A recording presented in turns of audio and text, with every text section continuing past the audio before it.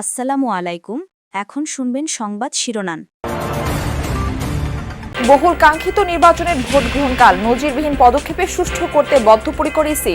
রাজনৈতিক দলগুলো সহিংস হলে শান্তিপূর্ণ আয়োজন সম্ভব, মত বিশ্লেষকদের।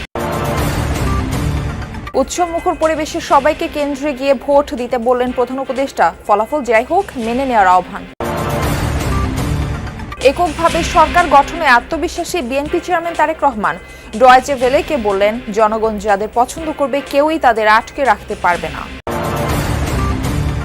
সরকার সুষ্ঠু নির্বাচন আয়োজনে ব্যর্থ হলে মাঠে নামবে জনগণ, হুঁশিয়ারি জামায়াত আমিরের। অনাকাঙ্ক্ষিত ঘটনা এড়াতে আইনশৃঙ্খলা বাহিনীকে নিরপেক্ষ থাকার আহ্বান। 4 জেলায় নির্বাচনের প্রতিপক্ষের উপর হামলা মারধরের অভিযোগ, কয়েকজন আহত। রাজধানীতে নাশকতা ঠেকাতে আইনশৃঙ্খলা বাহিনীর টহল তল্লাশি।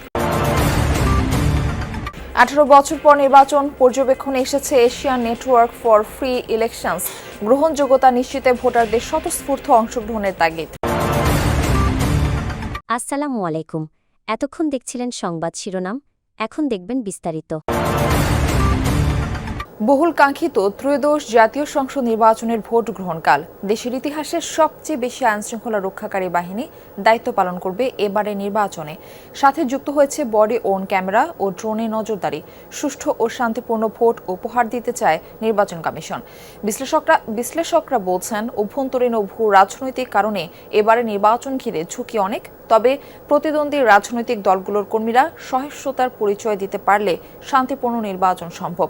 রাসেল আহমেদের প্রতিবেদন। ভোট একদিকে উৎসবের নাম, আরেকদিকে সংঘাত, সহিংসতা আর কেন্দ্র দখলের মঞ্চায়ন।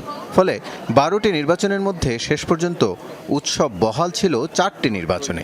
বাকি 8টিতে ভোটের মর্যাদা রক্ষায় ব্যর্থ হয়েছে সরকার, নির্বাচন কমিশন ও আইন শৃঙ্খলা রক্ষাকারী বাহিনী। আগের তুলনায় ভোটার সংখ্যা বেড়েছে, তাই ভোট ও ভোটারের নিরাপত্তায় এবার বাড়তি আয়োজন রাখা হয়েছে। গুরুত্বপূর্ণ কেন্দ্রের কারচুপি এড়াতে সার্বক্ষণিক নজরদারিতে থাকবে বডি ওয়ান ক্যামেরাযুক্ত 25,000 পুলিশ সদস্য। মাথার উপর নজরদারি করবে 500-র বেশি ড্রোন। চাচ্ছি যে ভোটটা যেন হয় সুশৃঙ্খলভাবে, যেন ভোটটা হয়ে যায়। আইন শৃঙ্খলা বলে আরও একটা দায়িত্বশীল ভূমিকা পালন করে, যাতে যেন কোনো অপ্রীতিকর কোনো ঘটনা না ঘটে। পরিবেশ তো ভালো আছে, কিন্তু এই যে মাঝে মাঝে যে এইগুলো এগুলোর জন্য একটু লাগে।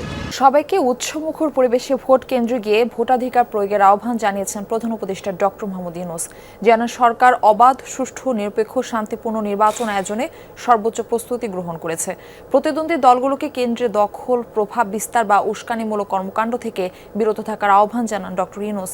একই সাথে ভোটের ফল যাই হোক, জাতির বৃহত্তর স্বার্থে মেনে নেওয়ার আহ্বান জানিয়েছেন প্রধান উপদেষ্টা। আন্তরিক ধন্যবাদ জানাই দেশের সকল রাজনৈতিক দল। নির্বাচনের বাকি আর মাত্র একদিন। শেষ সময়ে এসে ত্রয়োদশ জাতীয় সংসদ নির্বাচন ও জুলাই জাতীয় সনদ বাস্তবায়ন এবং গণভোট বিষয়ে জাতির উদ্দেশ্যে ভাষণ দিলেন অন্তর্বর্তী সরকার প্রধান ডক্টর মোহাম্মদ ইউনূস। এ সময় তিনি নির্বাচন, প্রার্থী, তরুণ ভোটার সহ ক্ষমতা হস্তান্তর নিয়ে কথা বলেন। আমরা একটি আশাব্যঞ্জক পরিবেশে নির্বাচন অনুষ্ঠানের দ্বার প্রান্তে পৌঁছতে পেরেছি। এবার নির্বাচনে 51টি দল প্রতিদ্বন্দ্বিতা করছে জানান প্রধান উপদেষ্টা। বলেন, এ যাবৎকালে যে কোনো নির্বাচনের মধ্যে সর্বাধিক সংখ্যক রাজনৈতিক দলের অংশগ্রহণ। ভোটের ফল যাই হোক, ব্যক্তিগত বা দলীয় স্বার্থের ঊর্ধ্বে উঠে জাতির বৃহত্তর স্বার্থে তা মেনে নেয়ার আহ্বান জানান তিনি।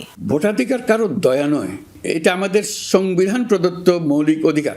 এই অধিকার প্রয়োগের মাধ্যমেই আমরা ঠিক করি আমাদের ভবিষ্যৎ কোন পথে যাবে। আমি সকল প্রতিদ্বন্দ্বী প্রার্থীর প্রতি আন্তরিক আহ্বান জানাই, নির্বাচনের ফলাফল যাই হোক না কেন, ব্যক্তিগত বা দলীয় স্বার্থের ঊর্ধ্বে উঠে জাতির বৃহত্তর স্বার্থকে প্রাধান্য দেন। এককভাবে সরকার গঠনে বিএনপি আত্মবিশ্বাসী বলে জানিয়েছেন দলটির চেয়ারম্যান তারেক রহমান। জার্মান ভিত্তিক গণমাধ্যম ডয়েচে ভেলেকে দেয়া এক সাক্ষাৎকারে এই কথা বলেন তিনি। তারেক রহমান বলেন, জনগণ যাদের পছন্দ করবে তাদেরকে কেউই আটকে রাখতে পারবে না। আওয়ামী লীগবিহীন নির্বাচন প্রসঙ্গে বিএনপি চেয়ারম্যান বলেন, শক্তি প্রয়োগ করে যে কেউ ক্ষমতা ধরে রাখতে পারে না, 5ই আগস্ট তার প্রমাণ। সাক্ষাৎকারে তিনি নারীর ক্ষমতায়ন, প্রতিবেশী দেশগুলোর সঙ্গে সম্পর্ক এবং গুম খুনের বিচার নিয়েও কথা বলেন। 17 বছরের নির্বাসন শেষে দেশে ফিরে মায়ের মৃত্যু এবং নির্বাচনী প্রস্তুতি, এই দুটোর সামঞ্জস্য রাখাই সবচেয়ে বড় চ্যালেঞ্জ ছিল বলে জানান তারেক রহমান। আমরা রাজনীতি করি মানুষের জন্য, মানুষের সমর্থন নিয়ে, মানুষের কাছে নিজেদের গ্রহণযোগ্যতা নিয়ে রাজনীতি করি। কাজেই আমি মনে করি রাজনীতিতে মানুষ যাকে গ্রহণ করবে তাকে কেউ ঠেকিয়ে রাখতে পারবে না, আর যাকে মানুষ গ্রহণ করবে না যত শক্তিই থাকুক না কেন শক্তি প্রয়োগ করে সে ধরে রাখতে পারে না কিছু। 5ই আগস্ট যার উদাহরণ।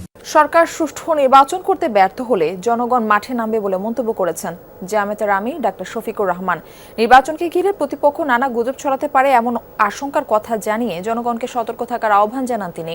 বিশৃঙ্খলা ও অনাকাঙ্ক্ষিত ঘটনা এড়াতে আইনশৃঙ্খলা বাহিনীকে নিরপেক্ষ থাকার আহ্বান জানান ডাক্তার শফিকুর রহমান। মঙ্গলবার রাতে 11 দলীয় জোটের বৈঠক শেষে সাংবাদিকদের এসব কথা বলেন তিনি। নির্বাচনের একদিন আগে সার্বিক পরিস্থিতি বিশ্লেষণ ও পরিকল্পনা ঠিক করতে বৈঠকে বসে জামায়াত নেতৃত্বাধীন 11 দলীয় নির্বাচনী ঐক্য। মগবাজারে জামায়াতের কেন্দ্রীয় অফিসে এই বৈঠকে যোগ দেন জোটের শীর্ষ নেতারা। বৈঠক শেষে সাংবাদিকদের সাথে কথা বলেন জামায়াত আমির জানান, ভোট দিতে ঈদের আমেজ নিয়ে বাড়িতে ফিরছে মানুষ। কেউ পেছনের দরজা দিয়ে ক্ষমতায় আসার চেষ্টা করলে জনগণ রুখে দেবে। কেউ অন্য কিছু করতে চাইলে আমরা অনুরোধ করব জনগণ যেন নিজেদের অধিকারের পক্ষে মজবুত হয়ে দাঁড়িয়ে যায় এবং স্পষ্ট জবাব দিয়ে দেয়। আমরা আশা করছি জনতারই বিজয় হবে শেষ পর্যন্ত ইনশাআল্লাহ।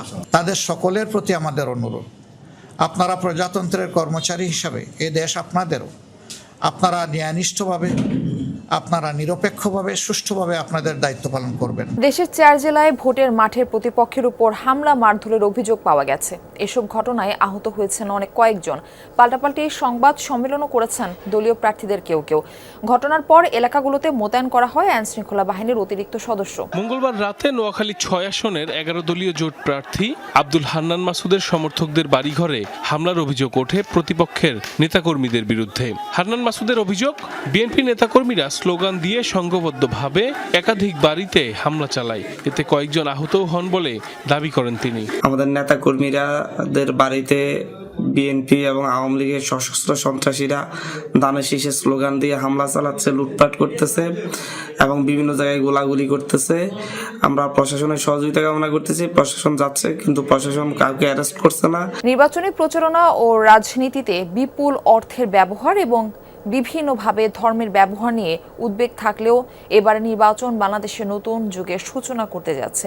2008 সালের পর এবারে নির্বাচন পর্যবেক্ষণে এসে এমনটাই মনে করেছেন Asian network for free elections এর চেয়ারপারসন রোহান হেত্তিয়ারচি। যমুনা টেলিভিশনকে জানান, জনগণের উচিত সাহসের সাথে ভোট কেন্দ্র গিয়ে ভোটাধিকার প্রয়োগ করা। নির্বাচন শান্তিপূর্ণ হবে বলেও প্রত্যাশা তার। রাত পোহালেই বাংলাদেশের ত্রয়োদশ জাতীয় সংসদ নির্বাচন। এবারের নির্বাচনে আন্তর্জাতিক গণমাধ্যম ও পর্যবেক্ষণ সংস্থাগুলোর রয়েছে বাড়তি আগ্রহ, নজরদারি। 2008 সালের পর এশিয়ার 30 দেশের সংস্থা Asian network for free elections এবারের নির্বাচনও পর্যবেক্ষণে এসেছে। 1.5 দশক পরে আসা টিমে পুরো দেশে কাজ করছেন 28 জন পর্যবেক্ষক।